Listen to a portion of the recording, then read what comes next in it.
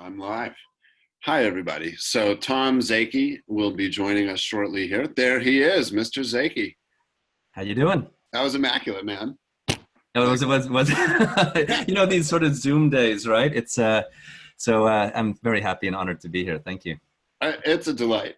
We were singing your praises in our opening session, and I'll share a little anecdote I got yesterday in one of our pre-production meetings. One of our speakers, who I will not name, who's become a very accomplished professional, told us that about 12 years ago, when he graduated from college, he applied to work at TerraCycle Did he and really? got an Oh, what a interview. small world! Amazing. Didn't get hired, but you know, I went think off. that sounds like it's our loss. Well, he was really inspired that you were the keynote today. He just thought it was so cool, and I've gotten a lot of that kind of feedback, Tom. So, just so you know, I'm Ben Gelt. I'm the chair of the Cannabis Certification Council. We co-present the Cannabis Sustainability Symposium with the City and County of Denver and a host of other partners, including Marijuana Business Daily, Fluence, and I just won't go on because there's too many to name. But we're so pleased to welcome you, Tom Zakey, the founder and CEO of TerraCycle. And I'm just going to hand it off to you. Tom is going to be talking about global lessons from the collection and repurposing of complex waste streams. So, Tom, thank you so much for joining us. This is being recorded. We're going to be making all of these sessions this week available to our audience behind a private wall, and then dripping this stuff out over the course of next year to promote for next year. So, Love it. Again, man, thank you so much for joining us. And I'm going to get out of here. Take it away, Tom Zakey. Ben, thank you for such a lovely introduction. Really, really appreciate it. I'm just going to do a technical check and share my screen. May I confirm that this is coming through? I just want to make sure you guys are seeing. Confirmed. Fantastic. So, first and foremost, I'm super excited to be chatting with you guys. I am going to be keeping my chat window open, as well as the Q&A window, and I'm doing that because we have a nice intimate audience today, and if folks have questions during, please jump right in. I will have them both open, and I may not be able to get to all the questions depending on how many come in during, but it's always great to be able to address things as we go. Now, my goal in chatting with you today is to talk about, my favorite topic in the world, which is waste, one that I've dedicated one that I've dedicated my life to. And, but not just waste, how we look at innovation, what have we learned, really along the way, and how to construct business models to really solve and elevate waste from a problem to something we can really develop a better standard of living around. Now, just to give some context, anyone who may not know TerraCycle, we are around for 20 years, sustained straight growth for all those 20 years. We have a mission to eliminate the idea of waste, and I'll tell you how we do that as we go, but we today operate proudly, headquartered in Trenton, New Jersey, though have national operations in 20 countries around the world. You can see all those in dark blue. And then you'll notice 2 countries in light blue, India and Thailand, and there we operate as a public charity, the TerraCycle Foundation. In Thailand, today we're doing, have our river cleanup devices all throughout Bangkok and other canals and rivers, collecting over 10 tons of river plastic every week. And in India, we're launching soon, partnering with the waste pickers in India and boosting the range of things that they can collect. But this is not where we began.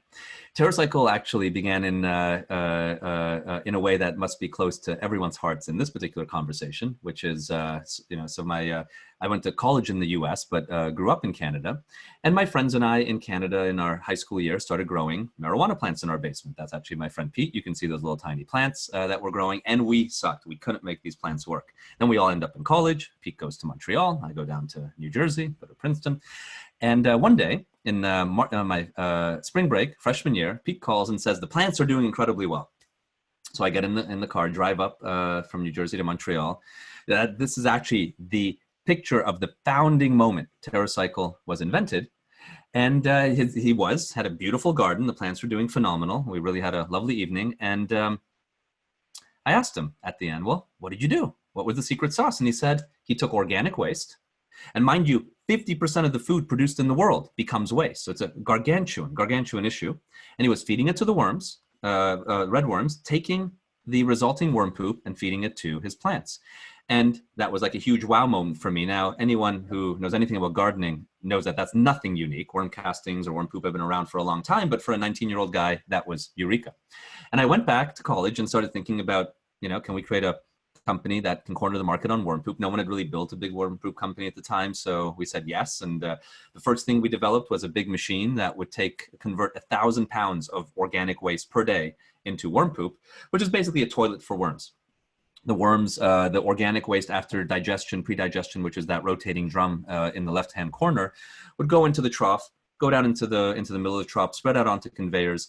Effectively, the conveyor is moving in an outward direction at the same pace the worms move in an inward direction, keeping the worms on a eating, pooping conveyor belt. And the thing actually worked, which is quite cool. The problem was no one would invest in this idea, no one at all.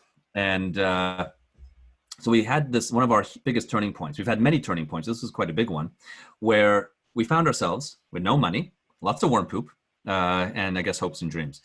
And we decided, well, wait a minute. If we if we make our product out of waste, why don't we package it in waste and get a bunch of soda bottles and start, at least selling some worm poop to get, to pay the bills, keep the lights on. By this point, I'd already left school as well. And so this became the first product we ever invented. Quite literally, liquid worm poop in a used soda bottle. A product made and packaged out of waste. And in doing this, we learned a number of noble truths around waste. First, it's actually not legal to go through people's waste, and I had a chance to reflect on that being held in custody for a few hours. Then we learned some more important truths, though. One is that waste is standardized. In the world of bottles, like soda bottles, there's only really 4 volumes of bottles that show up in our recycling bins: 0.5 liter, 1 liter, 20 ounce, and 2 liter. These are 20-ounce bottles. And within a size category like 20 ounce, every bottle is effectively the same except the contour. The tread is the same, the base is the same. It's all the same effectively except that contour point. That's what differentiates a Coke and a Pepsi bottle. And so we could do high-speed bottling with mixed used soda bottles. First company to do that.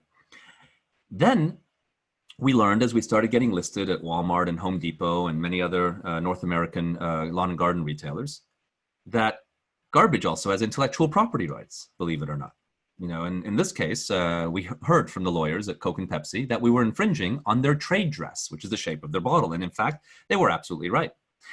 So this was also the first time in this moment that we got a taste of the power of purpose, because by then we had taken an inner city factory in Trenton, New Jersey, which is a quite down and out town in the US, converted into a wonderful green building right in the inner city. And we were working with schools locally to collect their soda bottles, cafeterias around to get their organic waste, using disadvantaged labor to be able to, put it all together. And when the lawyers came down to look at this, they saw all this purpose oozing from every corner and gave TerraCycle the world's first and still only license to package shit in their distinctive shape and sell it. And that's how TerraCycle sort of emerged. Now, after about year 4, we were up to about 6 million in sales. And we asked ourselves, is making a product out of garbage going to solve the idea of waste? And we realized it won't eliminate the idea of waste. It just won't, because if the product is your hero, and I think many of you on the phone here, the product is your hero, that's the business hero, you're going to try to make the very best product with the very best inputs. And even if those inputs are technically garbage, you're going to choose the best of the garbage. We were choosing certain organic waste, not other types of organic waste, to formulate the fertilizer for African violets or cactuses or tomatoes. We were choosing the best of the used soda bottles, so they were technically waste, but uncrushed and as nice as possible. And we were just never going to really deal with dirty diapers, cigarette butts. I mean, the real tough stuff, which is what we've been able to do today. So we had a huge pivot in our company. We effectively shut down the worm poop business in full and pivoted to what we are today. And the real fundamental pivot was pivoting from the product as the hero to the waste as the hero. And that lets us begin with the concept of linear products that are made and they cannot be, whether the product or the package cannot be recycled. They end up as waste. And the first question we have to ask ourselves is, how can we bend that into a circle? Well, not quite a circle, but at least bend it so that the product doesn't end up as waste, but ends up being recycled into something else. And to do that, we have to take a step back. And you're going to notice this idea of step back innovation throughout my conversation with you today. And so we had to understand first what makes something recyclable or not recyclable. And what's so interesting is what people think is usually not the case. What people tend to think is it about, can something be recycled? Is it possible to recycle a cigarette butt or a vape product or a dirty diaper or a toothbrush? But it's not about that at all. It's entirely about one simple equation, which is this equation. Can a garbage company make money? If a garbage company can make money recycling something, in other words, if the cost of collecting and processing that waste is lower than the value of the recovered material, it will be recycled. Just like if you littered solid gold on the street, it will not stay there that long. Someone will happily pick it up and sell it because they can do that at a profit. And what will make something not recyclable is not that it can't be, but that it costs more to collect and process than the results are worth. And that is it. And by the way, COVID is not doing any favors to this equation. COVID is driving down the price of the material value, because many times materials are made from oil, like plastics. And look at the price of oil over the past 10 years. The orange line is the oil price. The red dotted line is just your trends. But oil was above $100 a barrel till 2015. It crashed down to a new average of $50, $60 a barrel, and COVID's bringing it down again. Now, what is the effect of all this on recycling centers and local recycling? The teal colored line is the actual amount of money the city of Philadelphia used to get paid for its recyclables, $67 a ton they were paid in 2012, to what they have to pay today, $105 a ton, to see the same material recycled. And what is the city of Philadelphia, like many other cities all around the world, thinking of doing? Reducing their capabilities in recycling. And this is horrible. And this is only exacerbated by, starting in 2018, 40% of the end markets evaporated for recyclers by countries like China, and then followed by many others, stopping the importation of waste. Now, they stopped the importation for good reason, but that would be equivalent to, if you're a brand on the phone, losing 40% of your retailers overnight. You'd probably have a few layoffs to contend with. And then also, the quality of our packaging, vis-a-vis how profitable it is for recyclers to recycle, is getting worse every day as packaging gets lighter. As packaging gets lighter, you have to incur more processing costs to recover less value. And that's why if you look at the beverage industry's lightweighting packaging trend, you can see that there. As you go from heavy packaging to lighter packaging, it becomes progressively less recyclable. And so what makes something recyclable or not is simply, can it be done at a profit? Now, we hear listed examples, closer to your industry, but you'll notice that a lot of packages and products in the cannabis industry fall into the non-recyclable category, not because they can't be recycled, but simply because they cost more to collect and process than the results are worth. So in our first division, what we realized after we sort of moved out of Worn Poop, it's a very, very literally humble beginnings, into where we are today, was we have to solve this with an economic solution. And so this is TerraCycle's business equation. We charge partners whatever it really costs to collect the waste and process it, minus whatever we can sell the resulting material for. And that will equal a cost, because if it didn't, it would be locally recyclable. But to make that a smart business equation, not just a cost to do the right thing, one has to drive more ROI than cost. And the ROI isn't the material value, because that's already acting as a subsidy. It's other things. So for brands who fund programs like Tweed up in Canada, for example, funding national collection of cannabis packaging, it is, yes, a sustainability win. You can claim that your packaging is recyclable, and that's lovely and wonderful. It's also really good marketing and publicity, which is great. That's another quantifiable ROI. But on top of that, it also generates incremental wins with retailers. And all these things coming together make it a smart business equation. And once you've solved the business equation, you really quickly realize that everything in the world can be circular or can be recycled. We first, of course, look at, are things reusable? So here's how 35 million plants were packaged at Walmart recently using used margarine containers. And of course, when you're done with these containers, you can put them back in the TerraCycle program and another plant will be packaged in them. I mean, just compare that to the black pots, that we many times experience in garden centers. Now, not everything can be reused. We do look at upcycling. That's relatively low volume, but as this image attests to, incredibly high visibility. And you do need to get people to smile. Hopefully some of you are smiling as when you see this. But, we do collect hundreds of millions of chip bags, so they can't all be made into jackets for celebrities. So many of them are made into the science of the waste. These shipping trucks, here 30% of the shipping truck plastic, like the bumpers, the steering wheels, the aero caps, have been replaced with used potato chip bags. I mean, everything can be recycled. Today around the world, we recycle cigarettes from Canada to the US, many other countries, where we collect them, shred them, separate the ash tobacco and paper, which can be composted, and take the filter, which is made from a polymer or plastic called cellulose acetate, and make it into some of those plastic objects you see. In fact, this is how it looks in 400 cities around the world. Whether you're in Fort Lauderdale or Tokyo, or this, I believe, is Vancouver, you'll see these types of ecosystems deployed. It could be aerosol containers into exercise parks, flip-flops into playgrounds, cosmetic waste into inner city gardens and food deserts.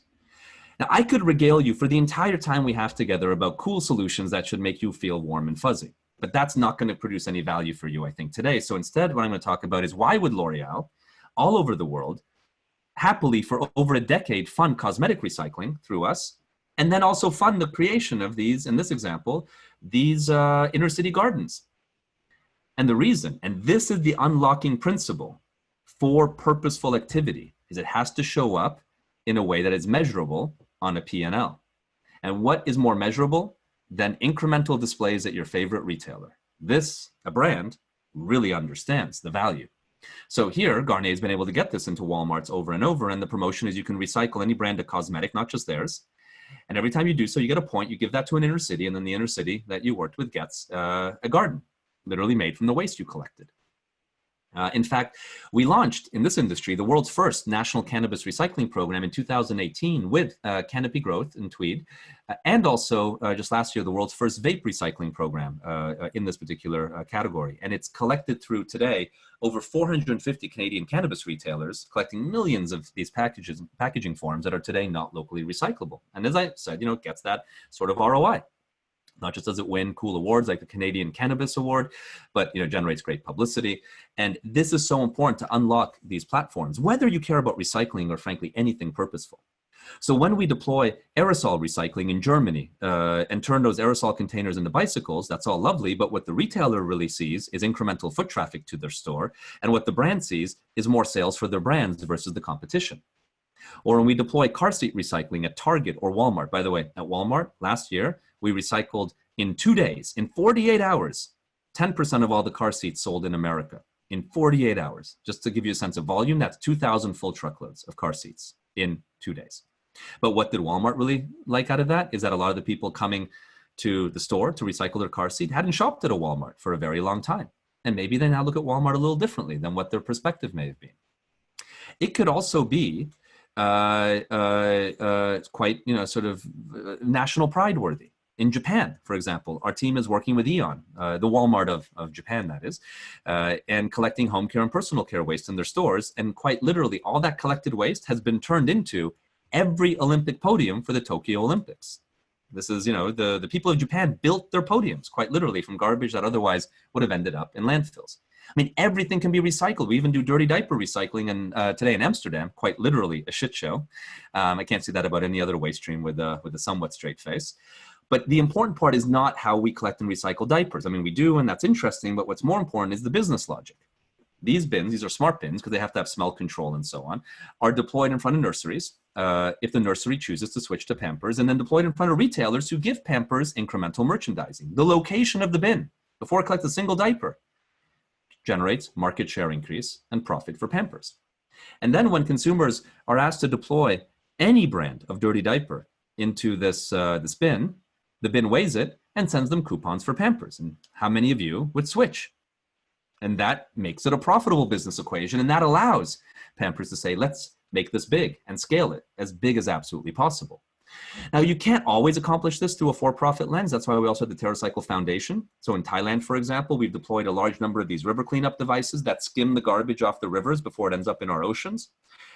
And today, this is funded by philanthropies. And collecting about 10 tons of river plastic every single week. And it's only scaling from here. We're quite excited about it. So this gets us to the first part of bending that circle, collecting and recycling things into something else. But that's not quite a circular economy yet. The next part will be then, how do you integrate waste back into the product? How do you help make your packaging from recycled content? And in this division, what we realized is there's a gap. if you are going to use recycled content to make your product or package today, you are almost entirely going to use beverage containers that are municipally sourced. If it's PET, it's likely soda bottles. If it's HDPE, it's likely milk jugs. And that's what you're going to use to make the product.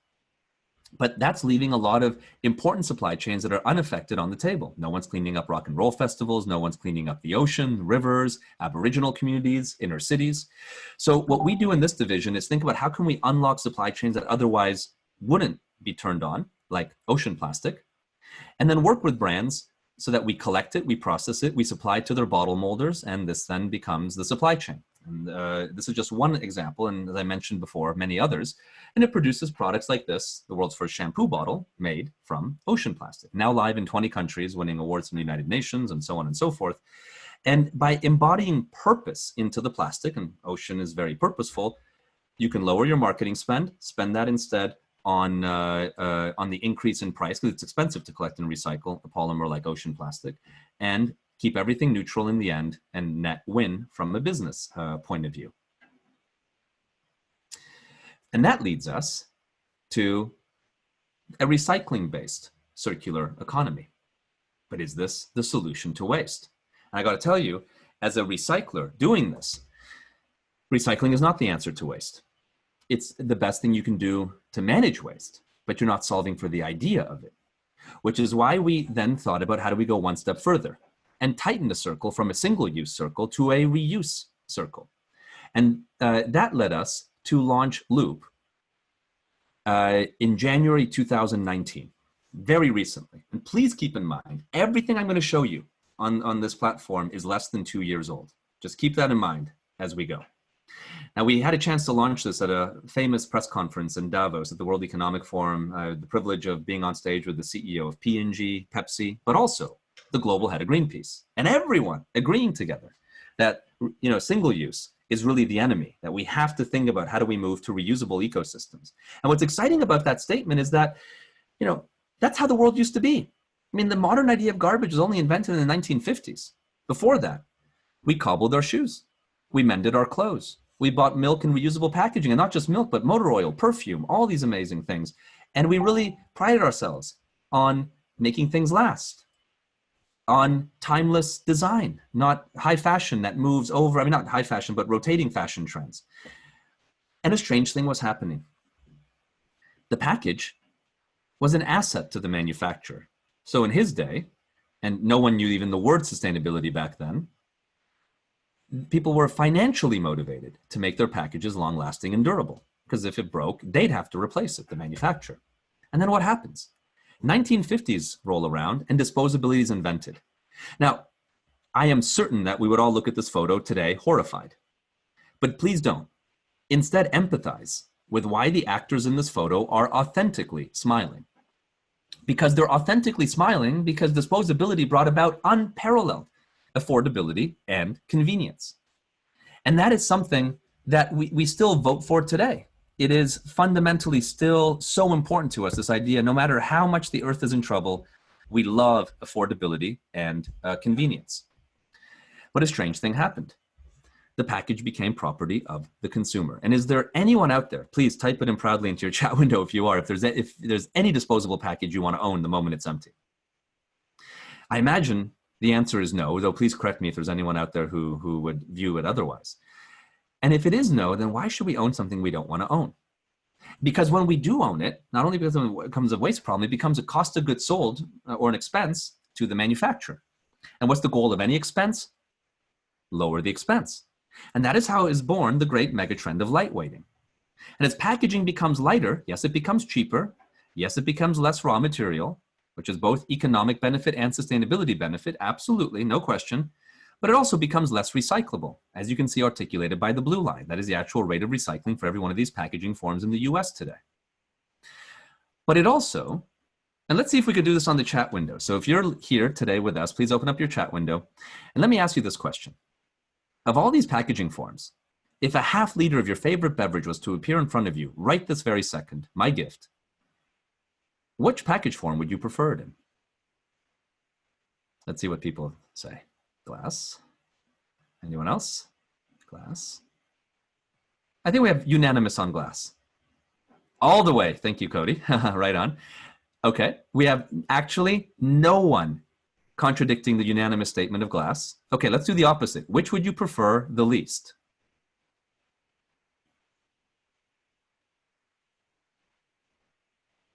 Okay, pouch, pouch, pouch. Wow. Okay. We are more or less, it's a little more mixed, but I think pouch wins.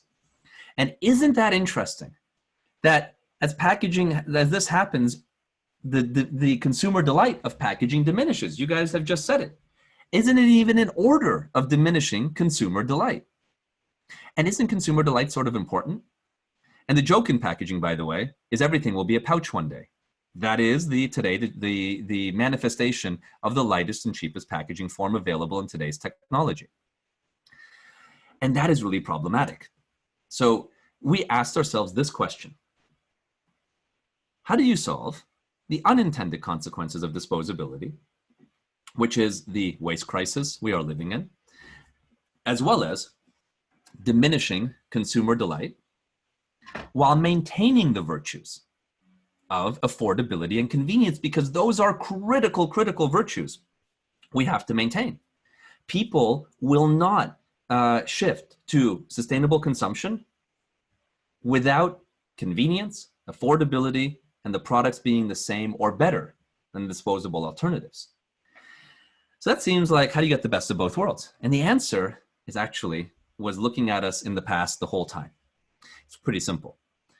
Shift the package back to being an asset to the manufacturer instead of a cost.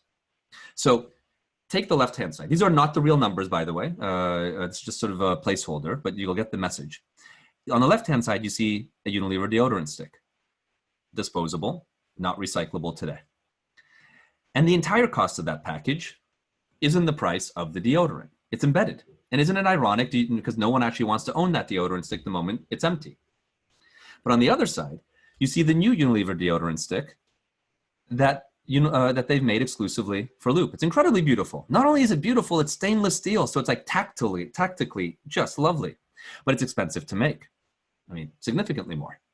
But what goes in, this is the trick, what goes into the price of the deodorant is not the entire cost of that package, or it'd be too expensive. Instead, it's the depreciation of the package and the cost of cleaning. And it doesn't even matter if the package is lost, because it's securitized by a deposit that is more than the value of the pack. So if you lose the pack, well, you just made some money for the manufacturer.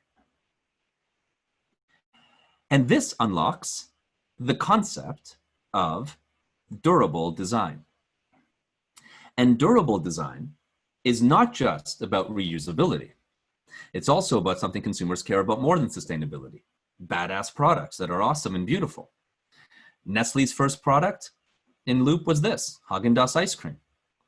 Not only is this beautiful, reusable, but it even keeps your ice cream frozen longer, melts from the outside in, not the top down, has an ultra concave inside, so your spoon doesn't have to contend with a right angle at the bottom, and so on and so forth. Now Nestle's doing about every major category they have, from pet food to water to beverage to coffee and so on. Here is one of P&G's first products, Tide laundry detergent. This is available now in the US in fully reusable stainless steel packaging. Or here's, those are alloy examples. Here's Cascade dish soap in engineered plastic. All those Clorox wipes we're buying, if you want to buy Clorox wipes in reusable packaging, you can do that through Loop. This is their version of the package. Even keeps your wipes wet longer. Did you know 40% of Americans decant their hand soap when they get it home? So here's seventh generation, making hand soap in a container that is worthy of your bathroom and doesn't have to be decanted. Whether it's food products like Mondelez biscuits, or some companies going back into their heritage, whether it's Kraft now shipping tomato ketchup through Loop in original reusable glass, or Evian in original reusable glass, or Coke in original reusable glass. Mind you, according to Coke tastes objectively best in glass, then aluminum, then plastic. And you can objectively tell the difference with an average palate. But it can't just be for big companies. These are all monster, large brands. It also has to be for anyone. So with emerging companies, like here's a under 1 million in turnover, amazing French laundry detergent company called Les Petits Bidons. With this company, or any other startup, like here's vegan burgers by a wonderful Israeli company, we recommend stock containers, so containers that already exist that can now easily be reused. But it turns out too that there's a lot of containers that are on the market that are already reuse friendly. So with a lot of the private label products with retailers, we have found that certain package forms, especially glass, without any change, can immediately go into reuse. So these package forms before loop could be recycled. After loop, they can now be reused. But then when you get one of the most amazing olive oil companies like Le Sur in France involved, this is what their olive oil package will look like next year. Design is so important, more important than I ever thought. You know, usually retailers sell 2 bottles of shampoo for every 1 bottle of conditioner. But in Loop, all the shampoo conditioner pairings, whether Pantene or whether Love Beauty Planet or other brands, the conditioner is selling as well as the shampoo, doubling the penetration of conditioner sales. When we ask consumers, why are you guys buying more conditioners? It turns out the consumers said, well, because they look good together. I mean, what a frankly uninspired answer, but still, people care about design, turns out quite a bit. And because of that, you know, we've been doing a lot of work with Pantene, and this is what their package may look like soon in the future on Loop. This is a mass market shampoo and now a beautifully reusable aluminum container. So Loop is a platform. It is not a product nor a brand. We work with brands to enable reusable versions of their products. And this is something that I think could be really interesting in the cannabis industry. And just imagine what a package could do if it could be an asset versus the cost. Then we work with retailers to embed this into their digital and physical stores so that it can be made available to consumers. Now, in retail distribution, that can be anything from testing platforms. You can experience that today if you go to loopstore.com in the US or loopstore.co.uk in the UK or maboutiqueloop.fr in France and so on and so forth. We're live in those 3 countries with Loop, and we're launching in Canada, Germany, Japan, Australia, all before the middle of next year.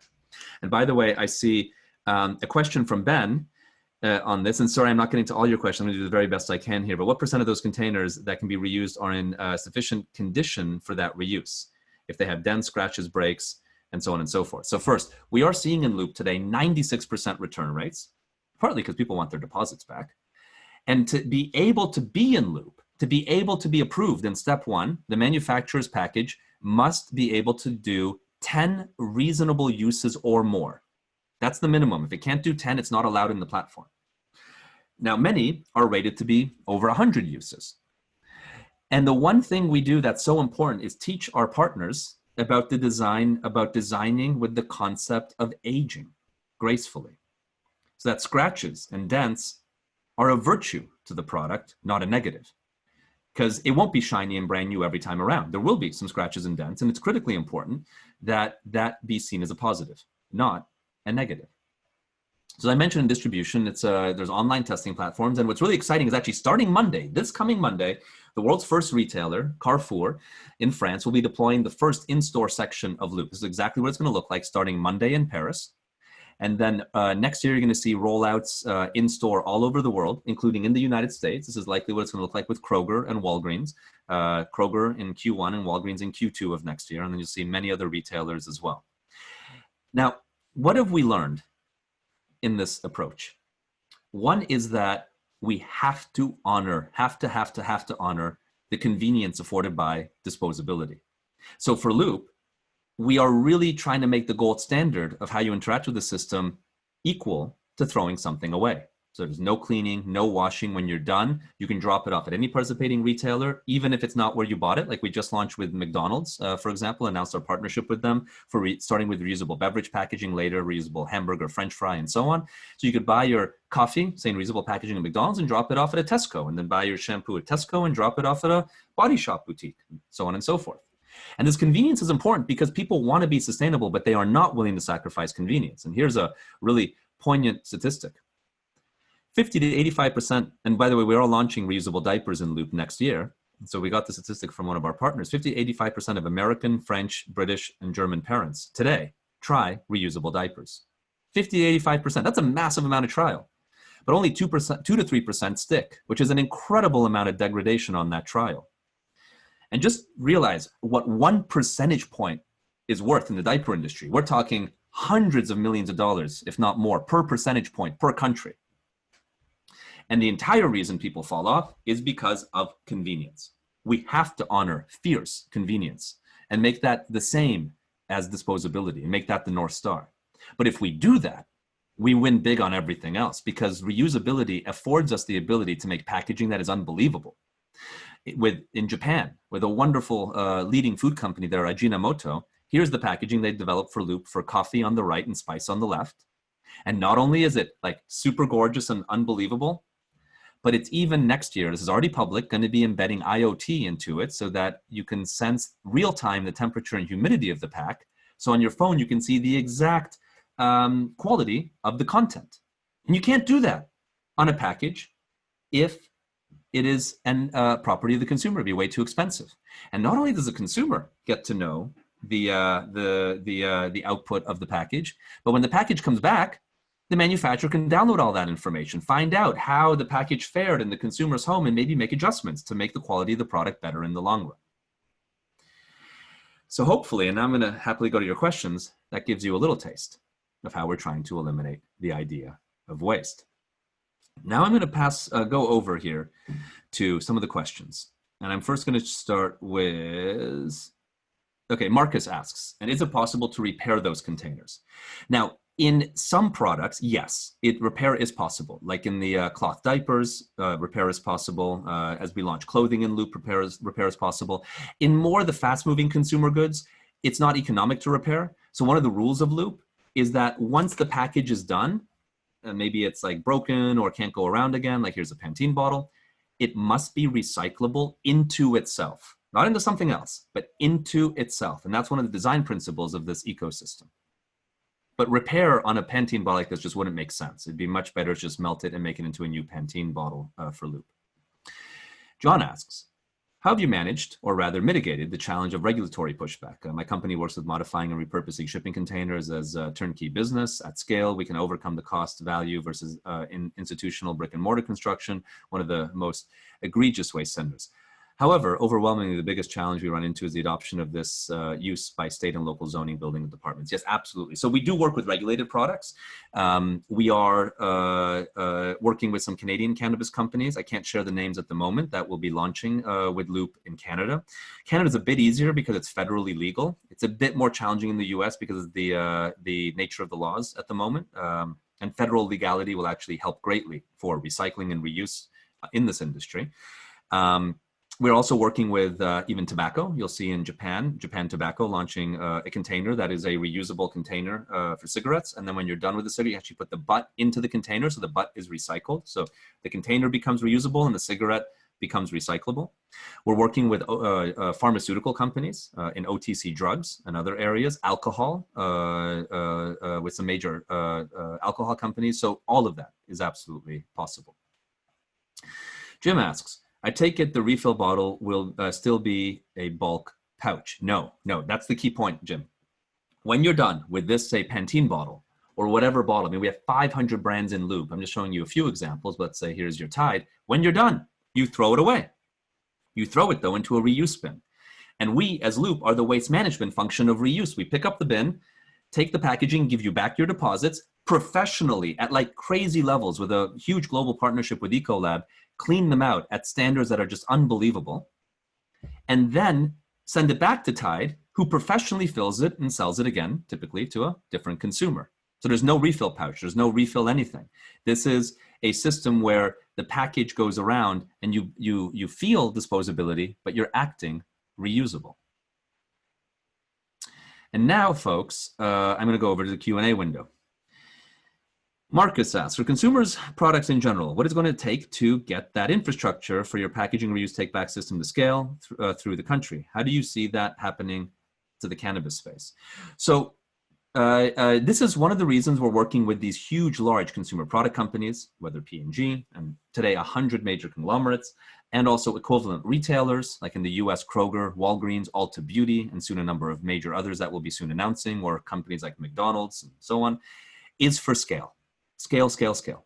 And why is it exciting to have a McDonald's? Well, because then you can buy at a Kroger and drop off at a McDonald's. And that creates this huge reuse infrastructure through these retail locations, whether in-store or online. And that's what we're really hyper-focused on building out.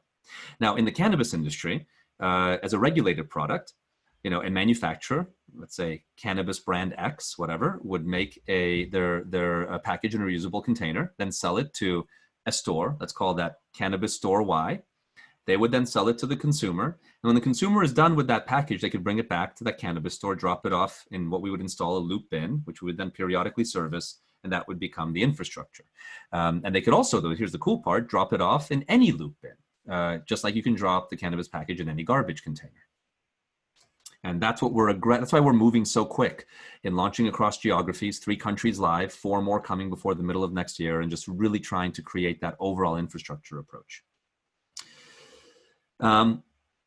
Cody asks, I love the durable package mentality for reuse recycling. What kind of incentives are you seeing to prevent consumers from trashing these types of containers anyway?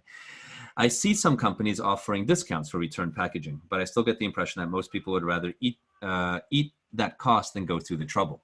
Well, here is the beauty. If you just bought one package, like the one on the screen, then maybe you're not going to bother returning it to get your deposit back. But if you live your life in a reusable ecosystem, and you are shopping a section of a store that looks like this, buying everything from your mouthwash to your ice cream, to your laundry detergent, to your Coca-Cola, now when you return the packaging, you're getting back like $20, $30, $40. Now it's economically worth it, and why we see 96% return rates within the consumption cycle of that product. The 4% could still be returned, it's just outside the consumption cycle of that product. And so you need economic incentive. Economic incentive, and especially if you aggregate the economic incentive, is an incredibly, incredibly powerful tool. Paula asks, would you be open to deploying some of these great initiatives in LATAM? We definitely need this kind of expertise in the cannabis industry grows. Absolutely. So we are already live in Brazil. We've been operating, as it was our first foreign country. We're at US, Brazil. And I just put up the map so you can see where we operate today around the world. Bear with me, this is earlier in the presentation. Here we are. So you can see in Brazil, we're operational. And we do look forward to expanding to more Latin American markets as well. We have offices down there in Sao Paulo. So it's something that we absolutely prioritize. You can see there's still a lot of the map we haven't colored blue yet, but we're aggressively moving to look at opening more markets, whether it's Mexico or South Africa or Russia. But we do want to create, even more depth in the countries where today we operate. And folks, unless there are, oh, there's one question I missed here. Raju asks, great way of thinking. Thank you for the compliment. And okay, so great way of thinking outside of the box on so many projects. Are you an anomaly? Or is it a sign of your commitment to green that makes you so effective? Also, how many on your team? So from an office standpoint, like people who work in our office environment, we're just under 400 people around the world, and growing. This year we added about 60 jobs. We're going to do that again, maybe 100 jobs next year. So we're growing quite quickly. And we've been around for about 16 years. We are an anomaly, I would say, but that's not a good thing. What I hope to share with you today is that how do you embed purpose? And how do you really scale purpose in an organization? And I think the way to do it is really make sure that that purpose equates directly to value that the organization can really understand. Because people want to be purposeful. I don't really believe that there are evil people out there. I mean, some anomalies here and there, but there's not en masse evil people. People are generally good people. It just may be that the companies that they work in are structured in a way that makes it hard for them to act that way. And so there's a lot of power in being purposeful. There's a lot of power that shows up in how companies can win, gain market share, and so on, and leverage those. And that will then allow the ability for more of that to occur. And hopefully we can be an inspiration to others who may care about climate change, animal cruelty, equality, all these very important topics. We just happen to care about the one on waste. Ben asks, how much lead time and education is required for retailers to roll out the loop section of their stores? It's exciting to think an area like that could be in a grocery store near me. Yes, absolutely, Ben. So with a big major retailer like a Kroger, a Walgreens, a Loblaw in Canada, a Woolworths in Australia, those types of retailers, a Tesco in the UK, Carrefour in France, Eon in Japan, some of the examples of the ones we work with. There, I would say it's about a year. Year would be a fair, plus minus 3 months, about a year, because there's a lot of work to get it all set up in their systems and so on. But it can be done even faster if it's a smaller retailer, where it can be done maybe in about 90 days. But I'd say typically, about a year is what it takes to get it fully set up in one of the major large, retailers out there. So folks, it's been just a real privilege and honor to be able to chat with you today. I really appreciate the questions. And Ben, I'll pass it back to you. Tom, thank you. And I'm sure that folks are buzzing. I mean, that was just fascinating. If you do have a second, we did get another question. Yeah, totally. From Jim Barry. He asks, I have kits that have multiple items, including brushes and a 2-ounce plastic bottle of cannabis cleanser. Though I should be able to get a standardized glass bottle, I hate the plastic clamshell that contains the kit for retail presentation. What options are there for a nice looking retail presentation packaging? I suspect you've got a few. Yeah. Now, Jim, are you the manufacturer or the retailer or a consumer in this question, if I may ask? It reads to me like he is the manufacturer. Manufacturer. Thank you, Jim. Okay. So, the most important thing as you choose your packaging choices is to identify whichever country you're selling your packaging in, let's assume the United States, to find out what the local waste management companies in the state where you're selling those packages want in their waste stream. That's going to be things like clear PET, rigid HDPE, glass, aluminum, and uncoated paper. And then from there, survey the packaging manufacturers on do they have those things? Because the big problem today is that you're going to get a lot of false positives from packaging manufacturers, not because they're manipulative, but because they, the package they produce may be technically recyclable, but not pragmatically recyclable, maybe recyclable in a few states and not others. A good example of this, and so, that's how I'd look at it. I don't have necessarily a particular, answer to that particular package form, but I would look at it in that way. And this is a great example of, many people think compostable packaging is a wonderful thing, when it, unfortunately, in developed countries isn't so great. 50% of, only 4% of Americans have access to industrial composting. And of the 4%, 50% of that infrastructure says, please do not deposit disposable, compostable packaging into our bins. And that's not because compostable packaging is compostable. There's no lie. It's absolutely. But what we have to be asking of the waste management infrastructure is, do they want it? Because composters are also for-profit companies. They're not responsible for your waste. They're just a for-profit company to which you could transmit your waste. And it's so, so important that we give those organizations what they want. Tom, that's so right on. And one of the things that we've done here in Denver through the Denver Cannabis Sustainability Working Group is actually convene a packaging roundtable and committee to look at how to capture more plastics from the cannabis waste recycling or cannabis waste stream and get them either into reuse or recycle. And part of that conversation was, what does Colorado have in terms of infrastructure? What plastics do we want? What really makes sense? Cody Hitchcock from Smokies asked a question that is right in line with what I was thinking, but I'm gonna ask a little bit more broadly. Please. Cody is based in northern Colorado, and he asks, what can companies like theirs do locally to demand basically services like yours? And my question is similar, but a little bit broader.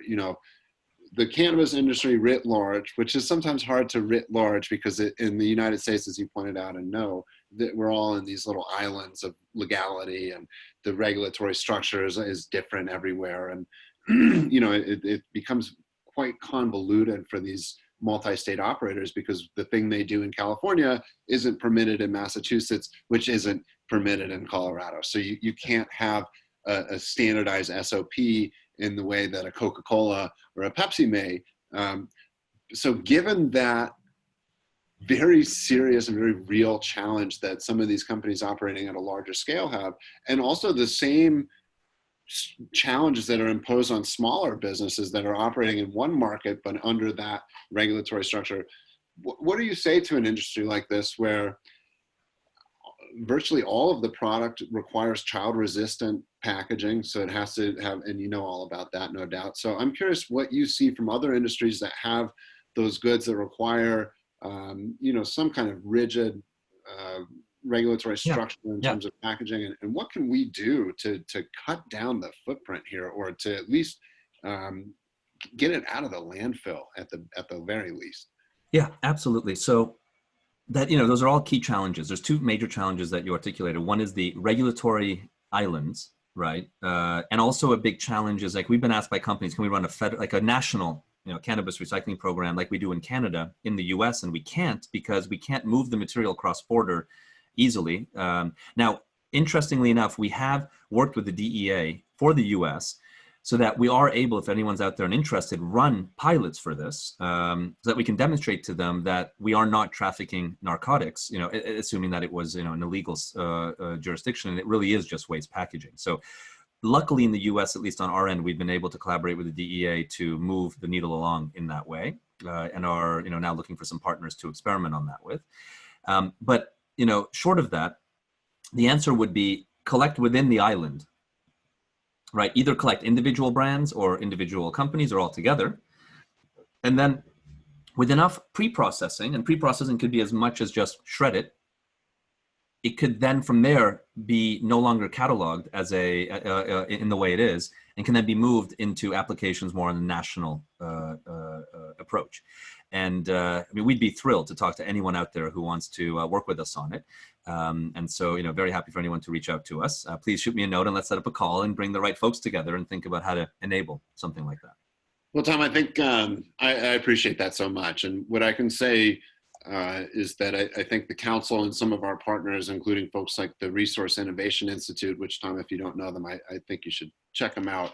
They do some great work looking at carbon footprint issues in the industry and helping the industry measure it. I can tell you, we will follow up and be in touch. We are driving some of this dialogue here in Colorado.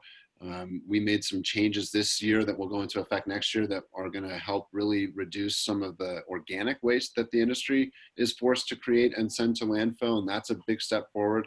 But the packaging issue is so challenging, and I'll just share this with you.